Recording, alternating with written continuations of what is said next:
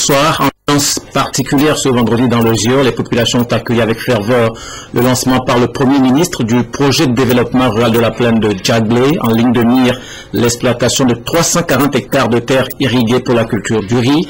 Il s'agit surtout d'un vaste projet intégré qui prend également en compte la santé, l'éducation, l'eau et l'environnement pour améliorer les conditions de vie des populations vivantes dans les zones concernées. Au total, 9 milliards 600 millions de francs CFA seront déboursés de façon participative par l'État togolais, la BID et la BADEA. Gerson Dovo. Préfet de Zio, les natifs de la préfecture, le chef canton de Djaglé et tout autour du monde, du beau monde. Tous pour la pose de la première pierre ici sur le site du siège du PDRD, le projet de développement de la plaine de Djaglé. Le geste mieux, l'événement consacre la naissance officielle du projet. Il verra bien les conditions de vie des populations améliorées. Une joyeuse compte tenu de tout ce qu'on peut faire pour notre milieu. Avec nos enfants, nos frères, autres, chacun trouvera quelque chose à faire pour être à l'aise et il ne vivra plus au moins aux dépens de ses parents. Et c'est ça qui nous fait surtout plaisir. Et ce n'est pas seulement à Djaglé, mais ça s'étend sur les du domaine Yamadi et autres là jusqu'à Lébé. Donc c'est dire que vraiment toute la région de Bassio est heureuse. Elles sont les populations tout en effet enthousiastes pour ce grand jour. Attendu la diversification des cultures vivrières, l'accent sera particulièrement mis sur l'intensification de la culture du riz. 340 hectares seront exploités avec des ouvrages connexes. Ça s'appelle du projet intégré. En plus des aménagements des superficies, c'est-à-dire de plusieurs hectares pour la production de riz, nous en faisons ce que nous appelons un projet intégré. Un projet intégré, ça veut dire que ça touche beaucoup de secteurs. Quand en dehors des aménagements de terre pour la production du riz, il y a l'éducation qui, on promeut l'éducation en ce sens que nous construisons des bâtiments scolaires, nous réhabilitons des bâtiments scolaires, nous construisons des salles d'alphabétisation où nous mettons au centre les femmes surtout pour vraiment une émancipation accrue pour ces dernières-là. Et bien d'autres infrastructures encore. La conception est d'ailleurs, selon les bailleurs de fonds, très bien faite. Ils en appellent à la réussite de la phase d'exécution dans le respect des impératifs qualité, coût et délai. Le coût, justement, il est estimé à 9 milliards 600 millions de francs CFA, un cofinancement de la BADEA, de la BID et de l'État togolais. Le délai, une période de 4 ans. Je voudrais magnifier la coopération tripartite dont la BID, la République togolaise et les partenaires au développement du groupe de coordination des fonds arabes, et notamment la BDA, ont fait montre pour aboutir dans des délais assez courts à l'identification et à l'évaluation du projet de développement rural de Djaglé. Le grand mérite en revient certainement à la contrepartie togolaise qui a su préparer un dossier bancable, mais aussi à nos partenaires de la BADEA qui ont procédé rapidement à l'évaluation du projet. Le préfet de Zio, pour qui les choses nouvelles sont arrivées, prenant au passage un accent corinthien, les cadres de la préfecture, les populations, environ 17 000 habitants pour 8 villages dans le Bas-Zio. Tous ont salué l'action du chef de l'État et du gouvernement mené par le Premier ministre pour cette cérémonie de lancement du PDRD qui voit poindre à l'horizon bien des opportunités. La reconnaissance et le remerciement des populations sont sans équivoque. Des remerciements relayés par Elias, l'artiste tradi moderne du milieu, qui donne déjà de la voix sur des rythmes Kini, très Zio, très Djaglé. Découvrons davantage la plaine de Djaglé, une vaste étendue de terre à cheval entre le Zio et le Gorge, 340 hectares.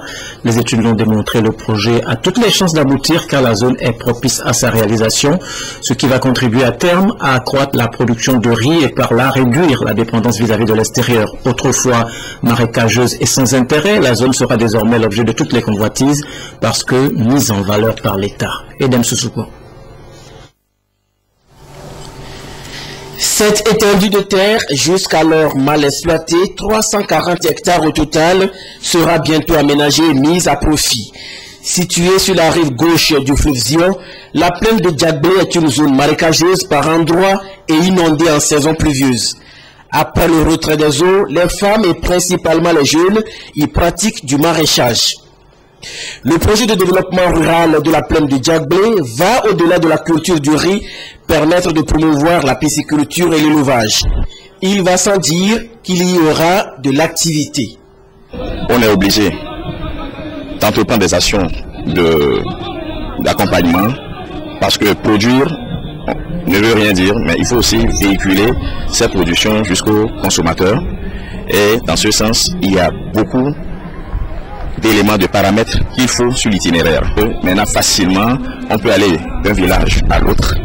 On aura également à installer la mini-addition d'eau potable à les villages, ce qui permet aux villageois de sortir un peu de leur situation précaire. Mais les productions également doivent être stockées, séchées, donc ça veut dire qu'il faut construire des infrastructures de stockage que sont les magasins et les aires de séchage. Une dizaine de villages sera concernés par le projet. 6 tonnes de riz à l'hectare seront produits ici. Attendu une réduction du déficit de 2000 tonnes, il était de 4900 tonnes. Attendu également la réalisation de 11 km de réseau d'irrigation et 15 km de pistes intérieures. Il sera également signé des conventions de collaboration avec des fêtières de la place pour les crédits agricoles de campagne et les crédits génératrices de revenus. La plaine de Djagbé est à cheval entre les préfectures de Zior et du Golfe. Elle est traversée par la route Lomé-Vogan en pleine rénovation, ce qui va faciliter le désenclavement de la zone du projet. Un atout majeur pour l'écoulement des produits. Ce projet illustre une fois encore la volonté du Togo de s'illustrer en empruntant la voie de l'émergence avec des résultats tangibles attendus à l'horizon 2030. Un diagnostic participatif a été posé pour déceler les moyens d'y parvenir. Il concerne la situation sociopolitique, économique, la gouvernance et le développement humain. Et des pistes de solutions sont proposées pour permettre au Togo de réaliser avec succès ce projet Vision 2030. Prudence Zissou. Le Togo prépare la voie de son émergence pour les 15 années à venir avec le projet Vision Togo 2030. L'élaboration du diagnostic participatif du projet a révélé qu'une forte proportion de la population togolaise est jeune. Les 3/4 ont moins de 35 ans et cette tranche d'âge double tous les 25 ans. Ce constat nécessite des efforts pour faire face à la demande sociale qui sera de plus en plus forte dans les prochaines années. Des actions doivent donc être menées notamment dans l'éducation, la santé, l'emploi, la gouvernance entre autres. D'où l'impératif d'une mobilisation de tous pour faire face aux défis qui se profilent à l'horizon. À partir de ce diagnostic que nous sommes en train d'améliorer, puisqu'on n'a jamais fini de parfaire l'ouvrage, nous passons à la phase dite de construction des scénarios. Scénario pessimiste, où on se dit si les risques identifiés dans le diagnostic deviennent des réalités, que deviendrait le Togo? Un scénario que nous appelons tendanciel, c'est si le Togo de 2030, c'est exactement le Togo de 2015, qu'est-ce que ça traduirait en termes de capacité de réponse aux défis du pays? Et enfin, ce que nous appelons le scénario optimiste, qui est aussi la vision, c'est de quel Togo rêvent les citoyens togolais et comment nous pouvons atteindre ce Togo de nos rêves. L'étude prospective menée dans le cadre de ce projet a révélé que les aspirations de la population sont communes et convergentes. Il s'agit des questions de confiance mutuelle, de bien-être, de paix, de sécurité, de justice sociale et d'accès aux soins de santé de qualité. La jeunesse doit être bien formée et préparée pour prendre la relève dans la gestion de ces défis d'ici 15 ans. Nous avons multiplié les rencontres avec les jeunes.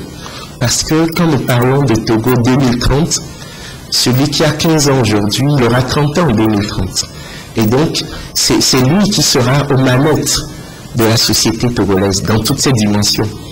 Et donc, c'est un travail de mobilisation de la jeunesse qui devra piloter la transformation structurelle du Togo. Nous commençons, mais ce sont les jeunes qui seront demain aux affaires, qui vont vraiment rencontrer cette émergence que nous appelons tous de nos vœux.